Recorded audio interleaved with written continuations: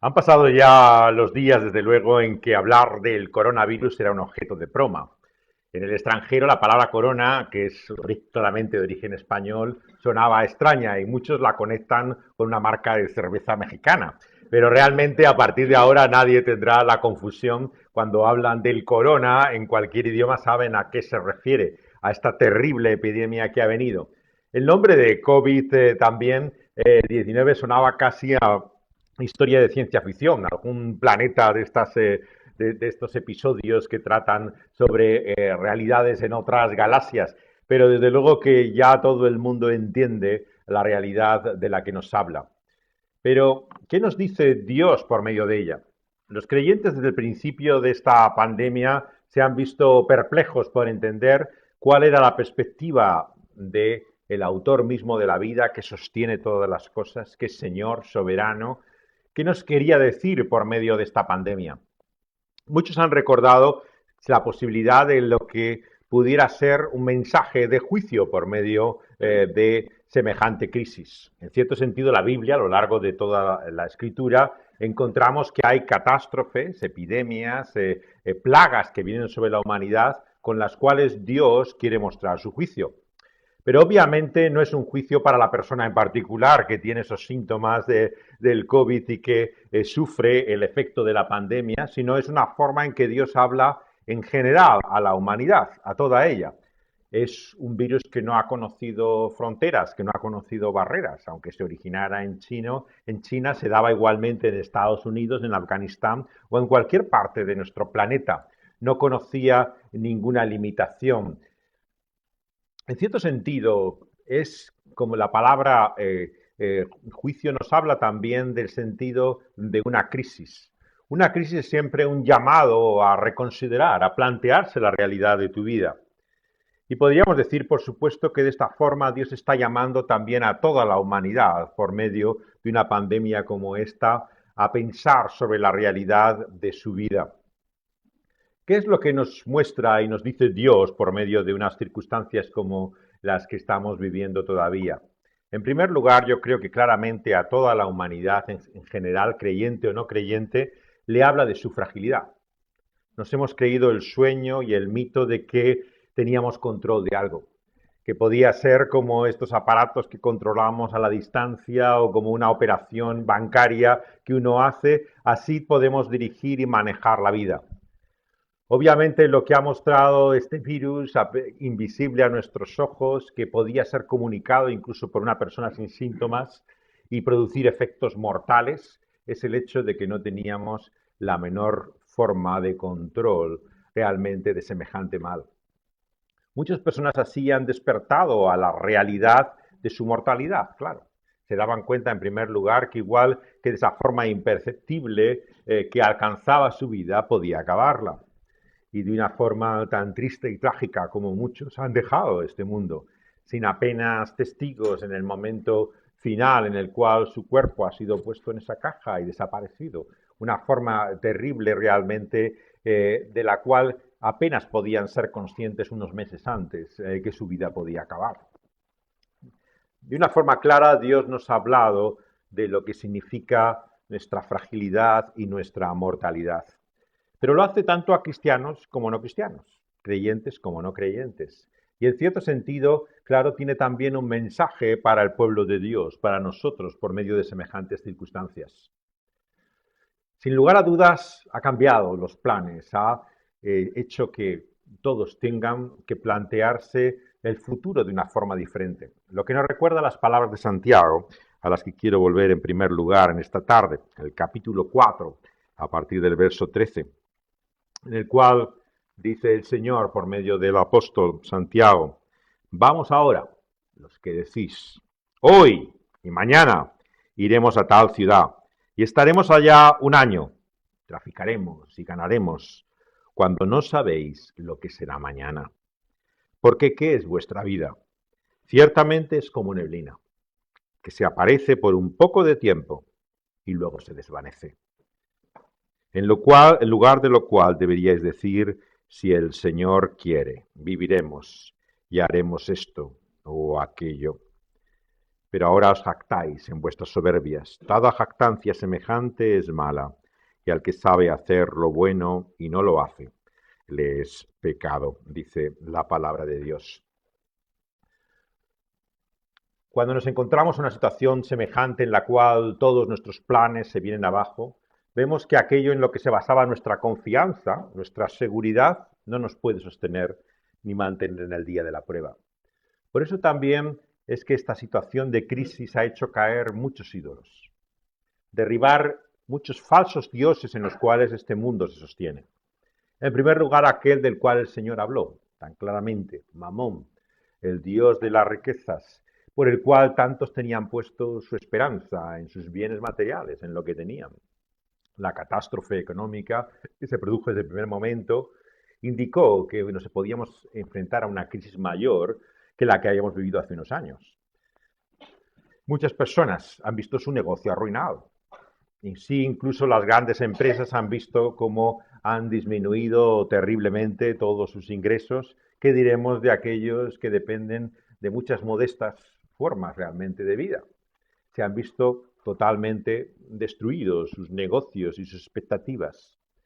Por lo tanto, los que tenían puesto su confianza en el fruto de ese su trabajo, en esas sus ganancias, en lo que habían conseguido, se les ha derrumbado de golpe toda esa esperanza.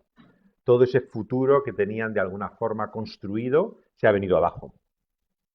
Así ocurre sin duda con aquellos que basaban su vida en el tiempo libre, en lo que hacían como entretenimiento, en llegar un día como hoy, el fin de semana, y poder salir y poder tener el contacto con otras personas. De repente se hablaba de distanciamiento social, se hablaba de confinamiento, de que uno no podía ya ni siquiera abandonar su propio lugar de domicilio. Se veían aisladas, totalmente limitadas. ¿Qué quedaba de su contacto y de su relación con otras personas? Incluso a distancia, muchos de los espectáculos que se seguían, el deporte, que creo que hoy vuelve, realmente es una y otra vez también una de las mayores causas de molestia o de fastidio. No había siquiera la manera de entretenerse con competiciones deportivas que hubiera. Por supuesto, cines, teatros, todo tipo de salas de espectáculos eran inmediatamente cerradas.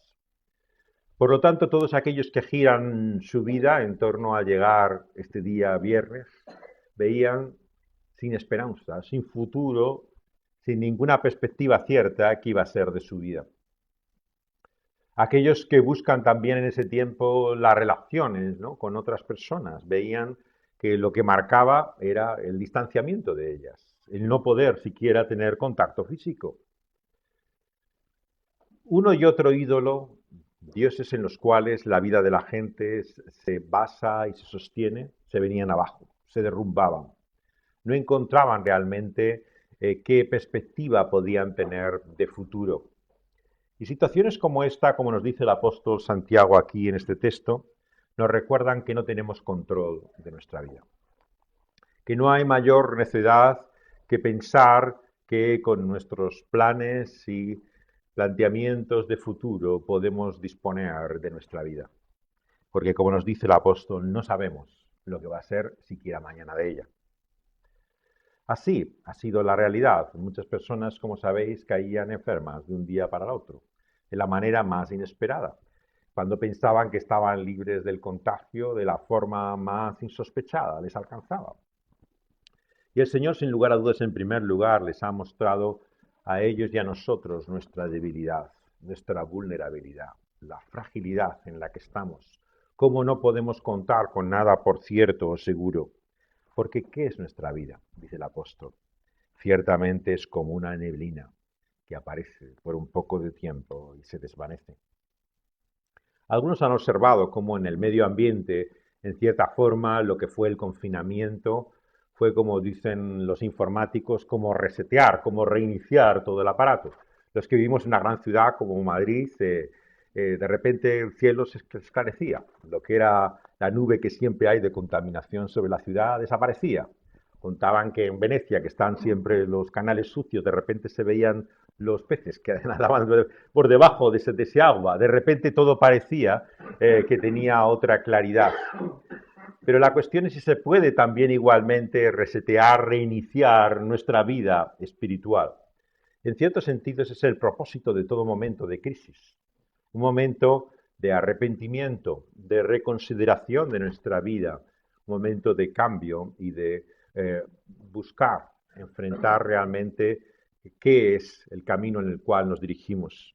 Y el apóstol nos dice que cuando percibimos, por lo tanto, que nuestra vida es como neblina, que se desvanece de un momento a otro, lo que debemos decir es, si el Señor quiere, viviremos esto, haremos esto o aquello. Esta expresión, que durante un tiempo fue incluso de uso común, más allá incluso del lenguaje evangélico, de si Dios quiere, ¿no? Parece para muchos realmente una expresión ya vacía y sin significado.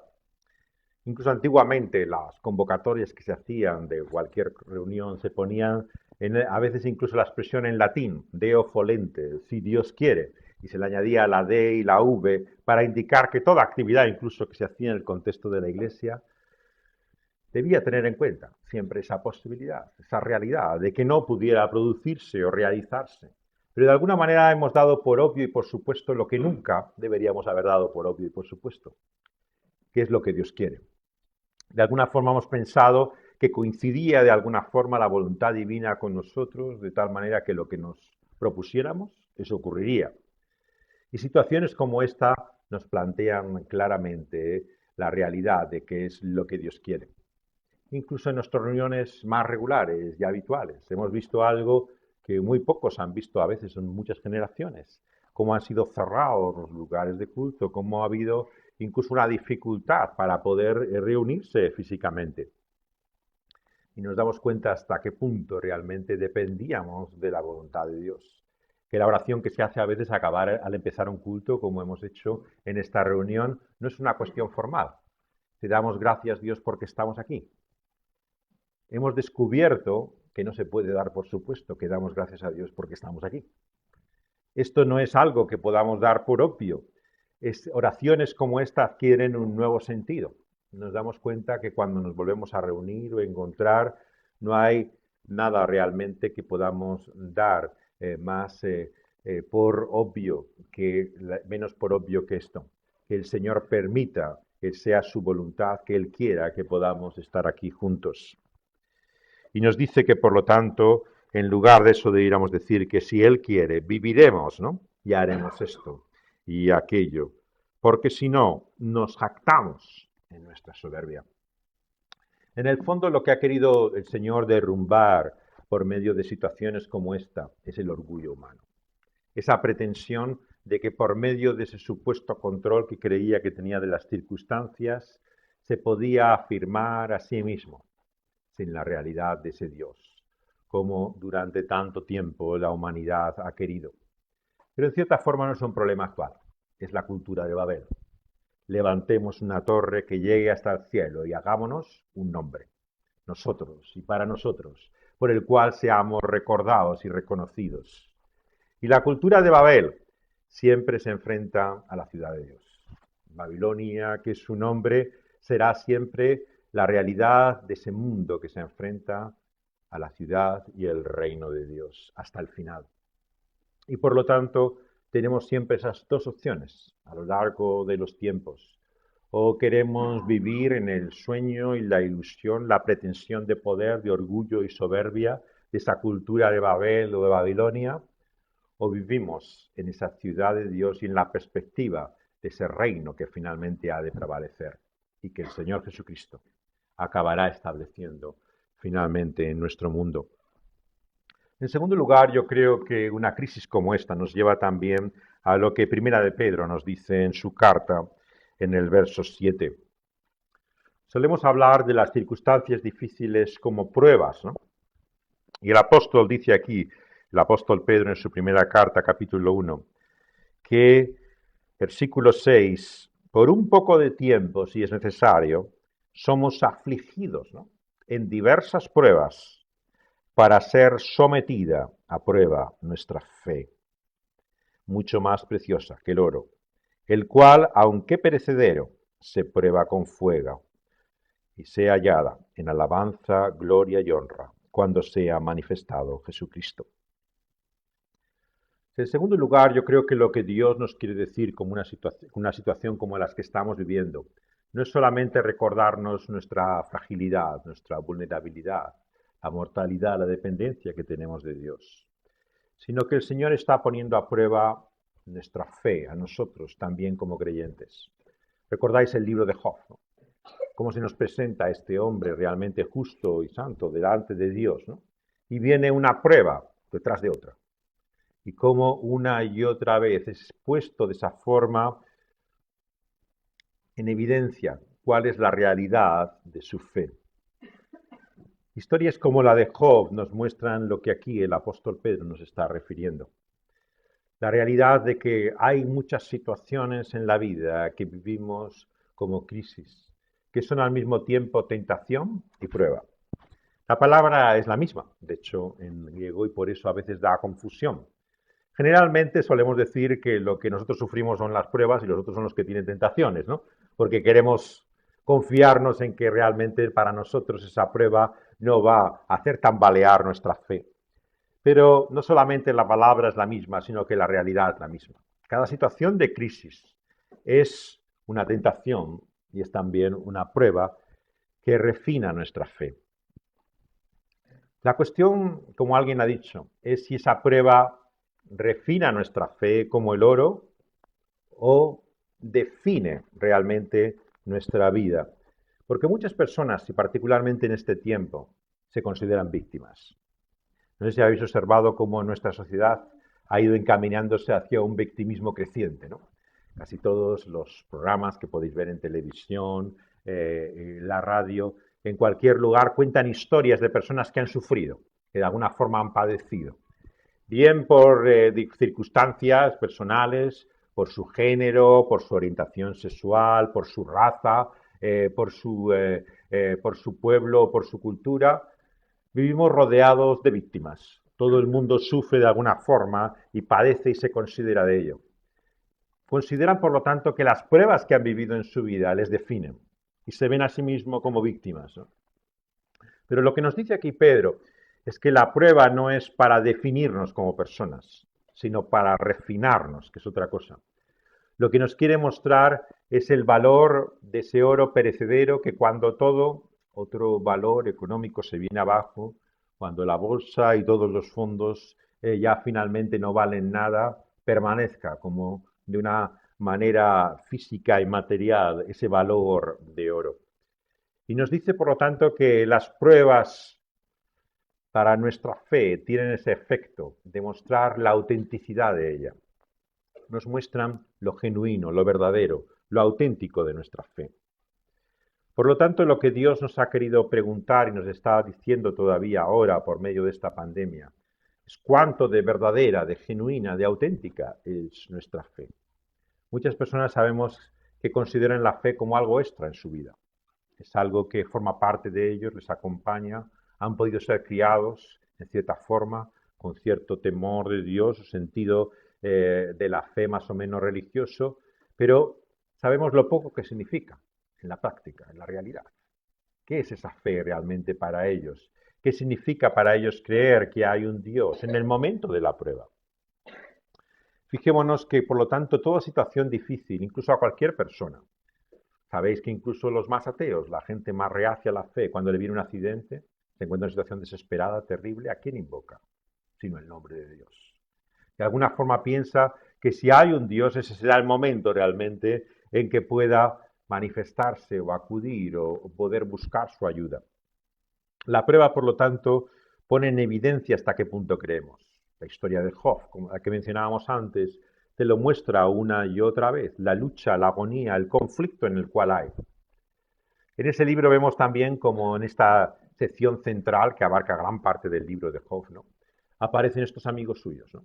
Amigos que acuden a su necesidad, a su problema, a su sufrimiento y su mal, e intentan de alguna forma ayudarle, aconsejarle, animarle, ¿no?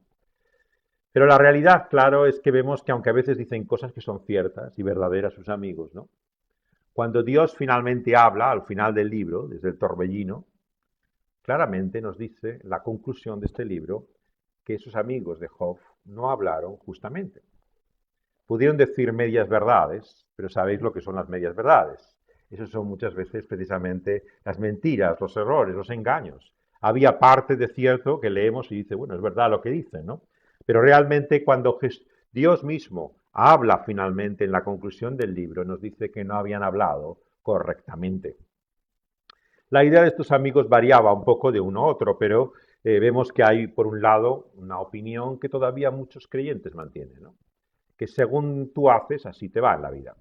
Si tú te comportas correctamente, eres obediente y fiel, el Señor te bendecirá y te prosperará. Todo en torno a tuyo notarás cómo el Señor realmente sonríe a tu vida y verás cómo las cosas son cada vez mejores. La realidad de Job mostraba todo lo contrario.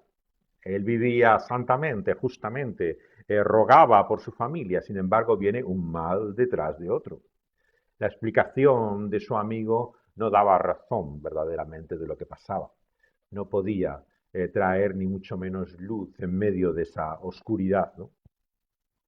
Otro de sus amigos lo que mostraba realmente no era que hubiera una relación directa o personal entre él y lo que pasaba, ¿no? Sino que hablaba en general de cómo Dios de alguna forma utiliza siempre el sufrimiento y tiene como un efecto purificador y debía dar gracias a Dios por lo que estaba padeciendo. Muchos creyentes también piensan que la mayor forma de piedad, ¿no? Sería alabar a Dios por los problemas que uno tiene. Hay libros incluso, como se llama uno de ellos, El poder de la alabanza, y en el libro este se cuenta como un militar estadounidense, ¿no? Empieza a tener una serie de catástrofes delante de otra, ¿no? Hay un accidente de coche que acaba con su hija, su esposa tiene cáncer, ¿no? Hasta que descubre que si alabando a Dios por cada una de estas cosas, ¿no? Se produce un poder y una vitalidad nueva espiritualmente en su vida.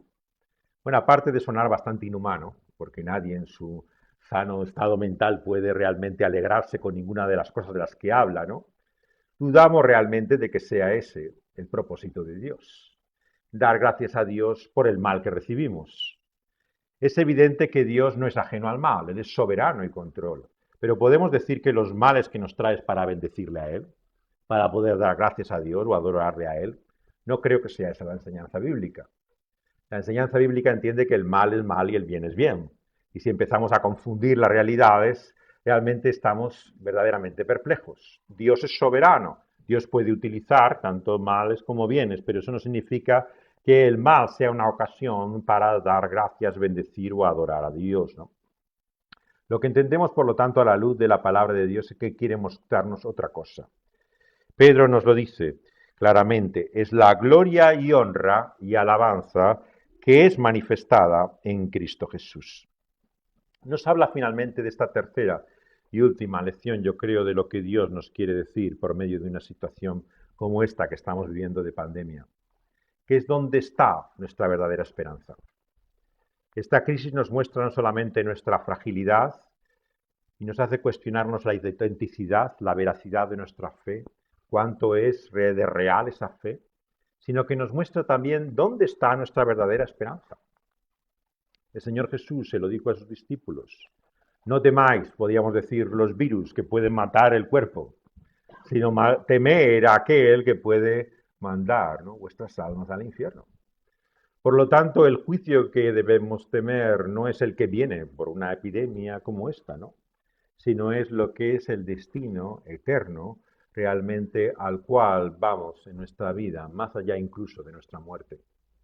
Demuestra dónde está nuestra verdadera esperanza, no en esta realidad presente o inmediata, sino en la realidad que hay más allá, incluso de la propia muerte. Para entenderlo tenemos que ir más allá, al principio también de estas palabras del apóstol Pedro en el versículo 3, cuando dice, bendito, ¿no?, el Dios y el Padre de nuestro Señor Jesucristo. Está diciendo lo bueno que es Dios. Pero ¿qué razones podemos tener para decir que Dios es bueno en medio de la inseguridad, de la incertidumbre, del miedo incluso que trae una epidemia semejante? La razón por la que Pedro descubre que Dios es bueno es porque ha encontrado que Él es nuestro Padre. Y un padre es tu padre para siempre, hagas lo que hagas. Puede ser realmente algo que lamentes, lo que ha sido la relación con tu padre, puede ser todo lo contrario, maravillosa, pero un padre es un padre. Y aquellos que tenemos hijos, sabemos que tu hijo es tu hijo, haga lo que haga, incluso aunque te avergüence, aunque realmente sea un dolor de cabeza continuo, sigue siendo tu hijo. No puedes quitarte de la mente la realidad de quién es Él.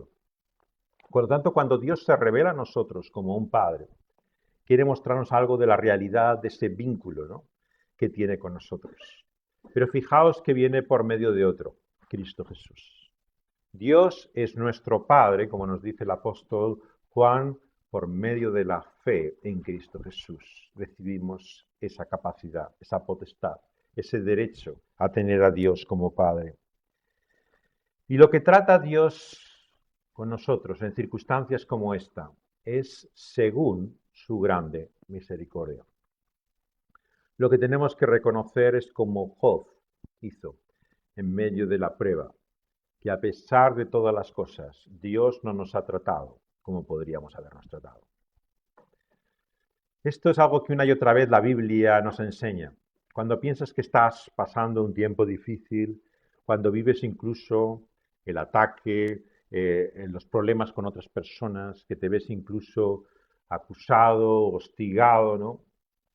Es como si nos dijera la Escritura, piensa que si supieran realmente cómo eres, peor que de ti hablarían que como hablan ahora. Si realmente el Señor tratara como nosotros realmente somos, ¿no?, ¿qué sería de nosotros? Cuando miramos cabalmente la realidad de lo que somos, contemplamos que finalmente Dios es misericordioso. Por muy difícil que sea nuestra situación, Dios no trata con este mundo como pudiera. ¿O es que creéis que el desarrollo científico, tecnológico, la medicina, esta vacuna, todas las condiciones con las cuales se ha podido enfrentar esta pandemia, no es otra cosa que una señal de la misericordia de Dios? Muchos creyentes están ciegos a la realidad de lo que se ha llamado siempre la gracia común de Dios. Que Dios no solamente muestra su gracia salvífica para aquellos que tienen fe en Cristo Jesús y que tienen a Dios como Padre, sino que para toda criatura, como dice el apóstol, hace salir el sol sobre buenos y sobre malos. Cae la lluvia sobre justos como injustos. Y Dios permite que haya habido ese avance y desarrollo con el cual ha podido enfrentarse en un tiempo récord, sorprendente para muchos, cómo ha podido llegar incluso a crearse una vacuna en tan poco tiempo. Pero no es casualidad, es la misericordia de Dios. Es Él que muestra un favor inmerecido, una gracia que no se corresponde con la realidad de nuestra maldad. Y el apóstol Pedro nos dice que nosotros los creyentes somos los primeros que podemos decir que es por su gran misericordia que hemos nacido de nuevo. Él nos ha hecho renacer para una esperanza viva, dice el apóstol Pedro. El nuevo nacimiento es lo que debemos dar menos por obvio y por supuesto. Es el mayor milagro. Una de estas radios cristianas, yo estoy en una de ellas, ¿no?, hay veces que llama gente, ¿no?, con testimonios, y generalmente son milagros, ¿no?, cosas que dicen que ha ocurrido extraordinarias en su vida, sanidades, ¿no? Escuché una vez esta conversación con el predicador que estaba en la radio, ¿no? Yo llamo para decir que he nacido de nuevo, que he sido convertido, que he tenido un nuevo nacimiento, y ha tenido algún milagro en su vida. No, es que el Señor me ha hecho nacer de nuevo, ¿no? Insistía, y el Señor le va a dar muchas señales y muchos milagros. No, pero es que este es el milagro que yo he tenido, ¿no? Hasta tal punto de ciegos hemos llegado a estar, ¿no?, que hasta el nuevo nacimiento se da por obvio y por supuesto. Se considera que eso ya no es un milagro. El milagro es la sanidad, el milagro es otra cosa que nos parezca más extraordinaria. Pero ¿qué mayor milagro hay que un muerto viva? Decirme qué otra explicación pueda tener. Tú puedes proclamar y predicar al cementerio en este Día de los Muertos que ha pasado, que te aseguro que ningún muerto volverá a la vida. Ninguna lápida se moverá. Ninguno de los que está de cuerpo presente en ningún sepelio abrirá los ojos. Pero Dios, por su espíritu de poder, levanta muertos espiritualmente a la nueva vida. Y lo hace por medio de la resurrección física de Cristo Jesús. Dice que es por la resurrección de Jesucristo de los muertos que tenemos una esperanza, y una esperanza viva. Por lo tanto, no espiritualicemos lo que Dios no ha espiritualizado. Nuestra esperanza está en una resurrección real, física. Cristo Jesús pasó realmente de la muerte a la vida. Al tercer día se levantó con poder. Por lo tanto, lo que anuncia es nuestra propia resurrección física. Como ese nuevo nacimiento, vemos, nos muestra la misericordia de Dios, pero nos da una esperanza real, viva, auténtica, de que también nosotros resucitaremos de los muertos, igual que Cristo, como primicia, como primero, ha llegado a esa nueva vida. Por lo tanto, nos recuerda lo que es nuestra esperanza cristiana. Dios nos dice que aunque muramos y seamos alcanzados por este virus, que aunque tengamos esa terrible agonía o enfermedad, será por un poco de tiempo. Pero como en un instante, como en el sonido de una trompeta, los muertos serán levantados. El Señor Jesucristo mostrará todo su poder y su control soberano, porque Él reina y reina para siempre, y los suyos estarán con Él para siempre. Por lo tanto, situaciones como esta de crisis nos hablan de que tenemos una esperanza cierta, segura. A veces decimos que esperamos algo, pero lo que queremos decir es que lo deseamos, nos gustaría, ya quisiera yo. Yo espero, ojalá, quién sabe, Dios quiera que así sea. Pero la esperanza no es así en la Biblia. Cuando la Biblia habla de una esperanza, habla de algo cierto, seguro, firme, algo que no puede cambiar. Los antiguos predicadores hablaban de esto como un ancla, la imagen marina, en el cual estuviera anclada en el pasado, en la historia, en el tiempo, en el espacio, por esa tumba vacía y Cristo resucitado, estuviera nuestra fe como un ancla, sujeta, por el cual, aunque nuestro barco pudiera estar moviéndose por medio del temporal, agitado por las aguas, estábamos sujetos por un ancla. Y esa ancla, fijémonos que es un hecho.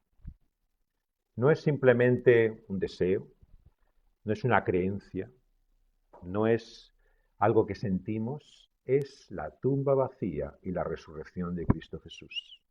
El Señor ha dado, por lo tanto, una evidencia en la historia, en el espacio, en el tiempo en el cual anclar nuestra fe, basarla. Y cuando tenemos dudas, tenemos que mirar atrás y recordar lo que Cristo ha hecho por nosotros. Porque ahí está nuestra certeza, ahí está nuestra seguridad. Y esa ancla para nuestra fe nos sostiene también en el presente, nos da esa esperanza ahora. Nos muestra también que ese Dios y Padre es nuestro Dios en este momento. Y nos dice que esa realidad que ahora tenemos presente, anclada en el pasado, tiene también una proyección futura. Y esto es lo que la Biblia llama herencia. La herencia, sabéis que fue muy importante desde la antigüedad. Había gente que vivía de las rentas, ¿no? Tenía una herencia de su familia y podía vivir aquí en alguno de los muchos latifundios, ¿no?, que había de Andalucía, porque venía de una buena familia. Y sencillamente lo tenía que dar para el agua, no tenía que hacer ningún esfuerzo para vivir, vivía de lo que su familia le daba, su herencia. La herencia era, por lo tanto, algo de seguridad, de certeza que tenías, algo que no podía cambiar. Si eras hijo de tu padre, tenías esa confianza y seguridad que siempre serías si tienes el apellido de quien es tu padre, ¿no? Pero la herencia que tenemos de Dios como nuestro Padre es mayor que ninguna otra herencia que el mundo pueda conocer. Esta herencia es la que nos dice que tenemos incorruptible, incontaminada e inmarcesible, reservada en los cielos a nosotros. Versículo 4. La Biblia, cuando nos quiere describir qué es lo que tenemos de Dios en Cristo, ¿no?, utiliza a veces imágenes negativas, ¿no? ¿Qué es lo que no es? Como para intentar darnos una idea aproximada de lo que es.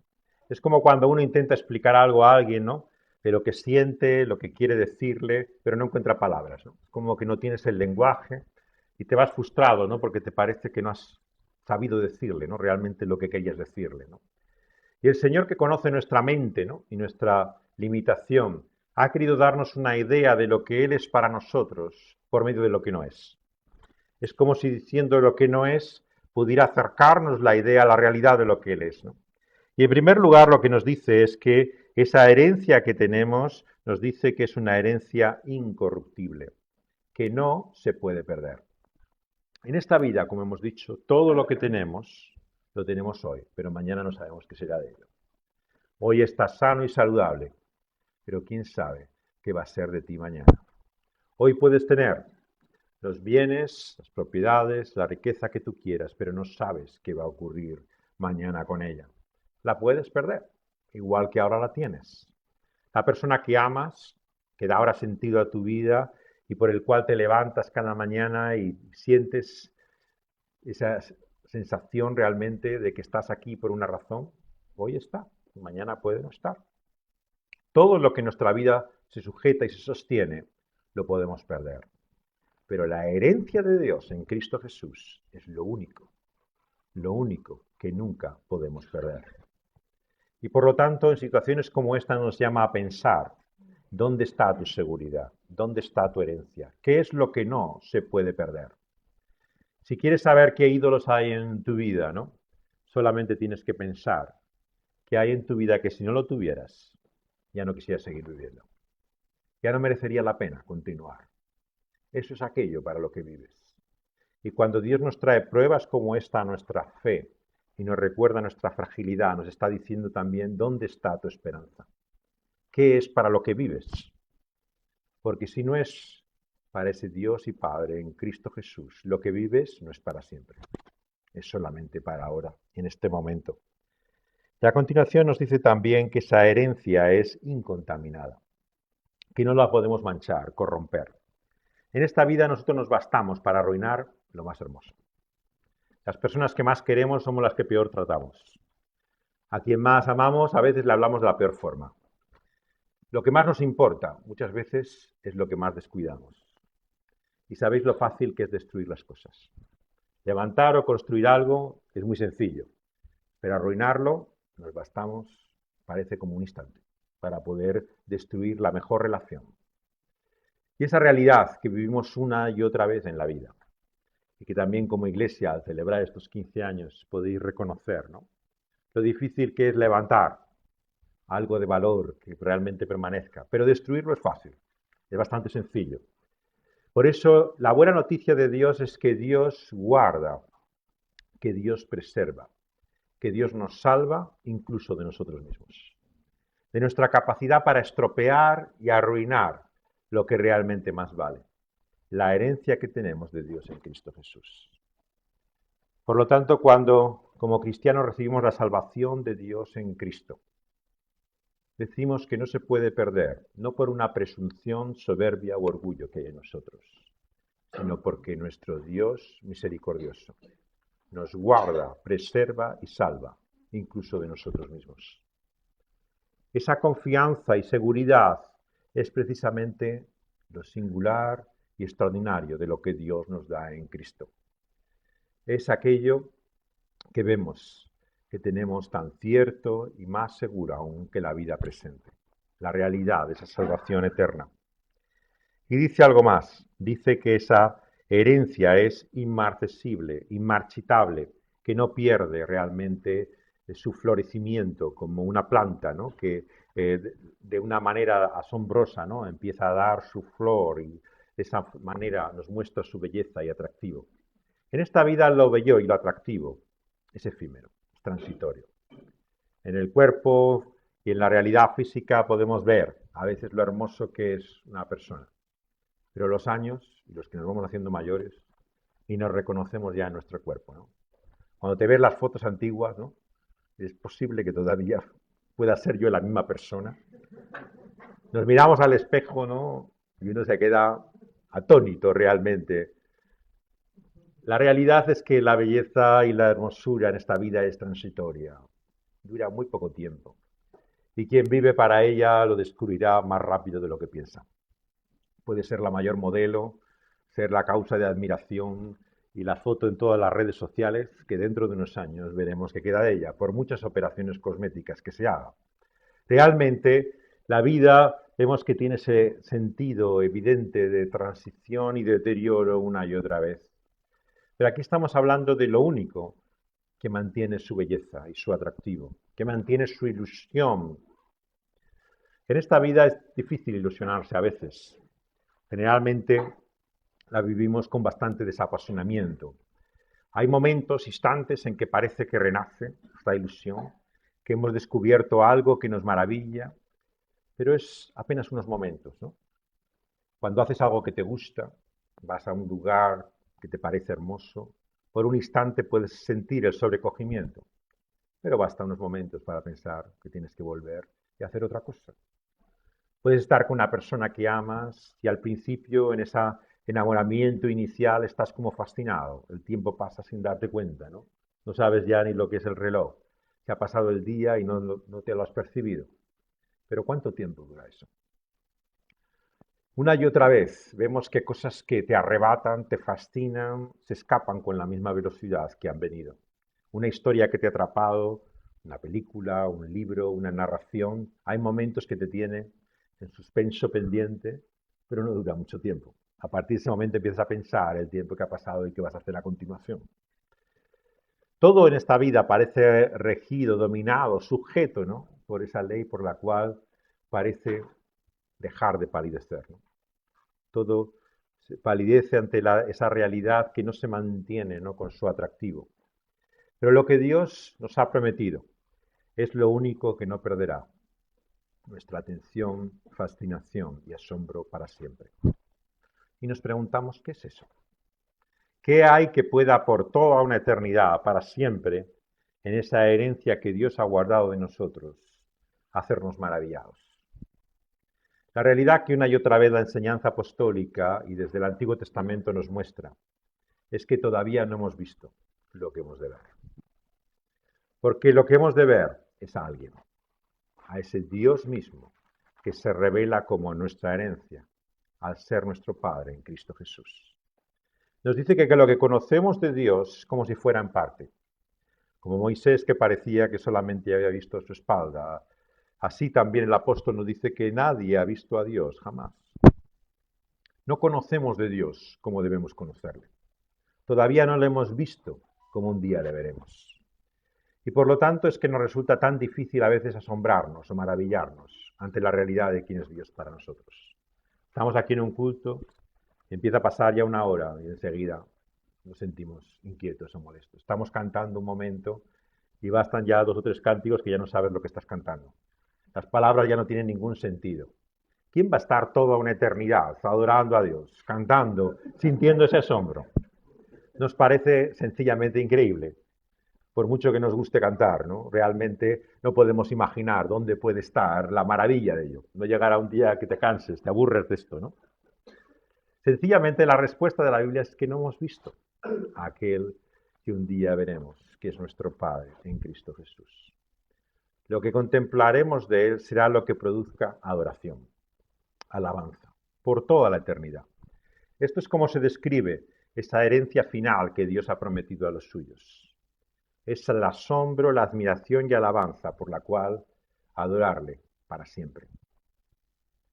Juan solamente hace desvelar algo de ese telón de la historia y de la eternidad, mostrándonos en su visión final de la revelación de Apocalipsis, que es algo de lo que veremos finalmente cuando estemos delante de Dios y en esa gran multitud le adoremos asombrados y maravillados de quién es Él.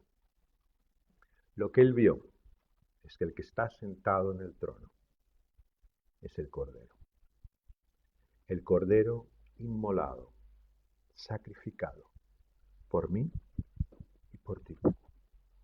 Lo que veremos es que aquel que reina para siempre ha dado su propia vida, Él, el Dios soberano, en aquella cruz, Dios encarnado, el Hijo de Dios, para adoptarnos y hacernos sus hijos para siempre.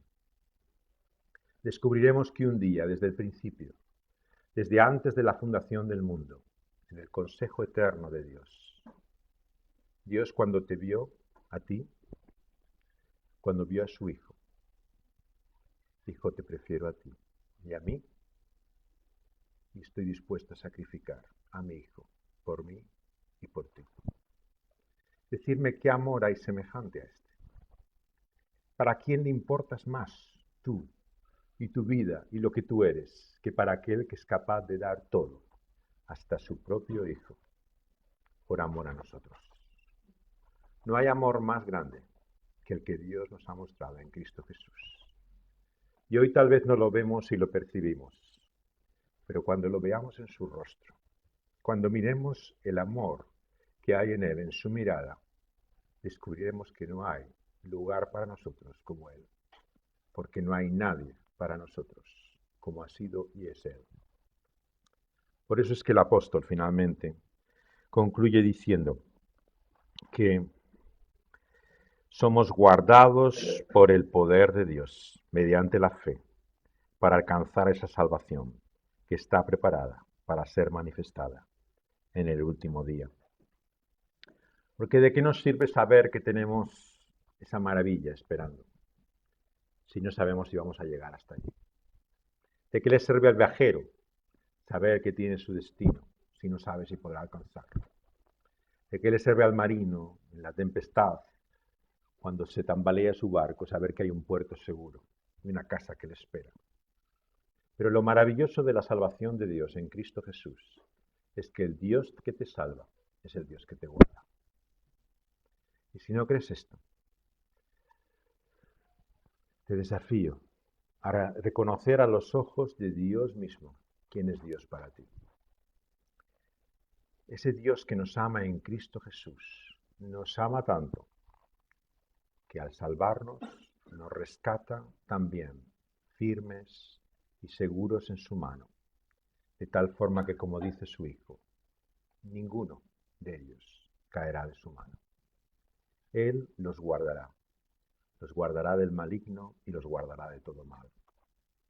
Decidme si no hay razones para adorar y alabar a Dios en este día.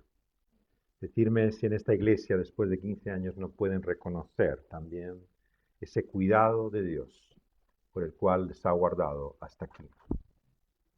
Pero ha sido Él y no nosotros. Por lo tanto, como nos dice aquí el apóstol, debemos reconocer que esa salvación, por lo tanto, está preparada para nosotros, para ser manifestada en ese día. Y hay un medio también que no debemos silenciar. Es Dios quien hace la obra, pero tiene un instrumento, tiene un medio y hay un agente por el cual eso se produce, y es la fe. Por eso no hay nada mayor que podamos pedirle a Dios. No hay regalo semejante que la fe. Quien no tenga esa salvación no tiene cosa más grande que pedir de Dios que se la conceda. Porque quien tiene la fe, tiene la vida. Y los que tenemos esa fe, ¿qué otro mayor don de Dios podemos pedirle para seguir en nuestro camino? Que nos siga dando la fe para perseverar, para continuar, para seguir hasta ese último día. El Señor dice que nadie alcanzará esa gloria sin fe. La fe acompaña al verdadero creyente y al verdadero cristiano. Por lo tanto, no hay mayor enemigo para nosotros que la incredulidad. El maligno, el engañador, el tentador, el mentiroso. Desde el principio en el Edén le dijo a la humanidad: así que Dios os ha dicho, habrá que ver si realmente esto es así. Toda semilla de duda y de incredulidad es del maligno y no es de Dios. Dios nos pide que creamos, que tomemos en serio su palabra y reconocer cómo Él así lo ha mostrado una y otra vez. Sacó a su pueblo y le rescató de su ignorancia y desprecio de Dios en el Éxodo. Lo llevó en el desierto. Pero cuando dejaron de creer la palabra de Dios, cuando dejaron de tomar en serio lo que él había creído y empezaron a pensar en Egipto y lo que habían dejado, toda aquella generación quedó en el desierto. Porque sin fe nadie alcanzará esa tierra prometida. Por lo tanto, lo que debemos a pedirle a Dios es que nuestra fe no desfallezca, que creamos en esa palabra de verdad, que confiemos que es tan cierto y seguro esa tierra prometida, como que Dios ha hecho entrar a su propio Hijo en esa su gloria. Y nos asegura que con Él podremos estar cuando tenemos fe y confianza en Él. Él nos guardará y nos llevará en ese camino hasta su presencia. Vamos a pedírselo a Él. Vamos a rogárselo a Dios. Señor, venimos ante ti conscientes, Señor, de cuán poca, escasa es nuestra fe, qué limitada. Señor, tenemos que reconocer que somos hombres de poca fe. Por eso te suplicamos, Señor, que tú nos des ese don del cielo, inefable y maravilloso, que es la confianza, certeza y seguridad de que lo que dices es verdad, de la realidad de que podemos tener, Señor, una esperanza viva en Cristo Jesús, por la cual podemos reconocer que tú eres bueno por tu grande misericordia, que queremos, Señor, poder descubrir también en nuestra vida que está guardada para nosotros, Señor, esa esperanza cierta y segura, y que es más maravillosa de lo que podemos imaginar, intuir y suponer en este mundo. Un solo instante, si hubiera tiempo en tu gloria, será mayor que toda nuestra vida, para descubrir, Señor, lo precioso, lo valioso, la gloria, Señor, que hay en ti, en Cristo Jesús. Haznos ver, Señor, percibir destellos de esa gloria en nuestra vida ahora. Que podamos aprender, Señor, en medio de este tiempo de crisis y de prueba, Señor, la realidad de que no somos nada y tú eres todo para nosotros. Que podamos descubrir en nuestra fragilidad y vulnerabilidad que lo único cierto y seguro que tenemos es a Dios como nuestro Padre en Cristo Jesús. Señor, ayúdanos, Señor, en este tiempo de prueba, a fortalecer nuestra fe, a darnos cuenta realmente para qué vivimos, dónde está nuestra confianza y sobre todas las cosas, Señor. Danos, Señor, esa esperanza en medio de la oscuridad, esa seguridad, Señor, tan cierta por la que creemos, Señor, que tú eres capaz, Señor, de darnos una vida mejor de la que ahora podemos siquiera intuir o suponer, que lo mejor está aún por venir. Te lo pedimos en el nombre de Cristo Jesús. Amén.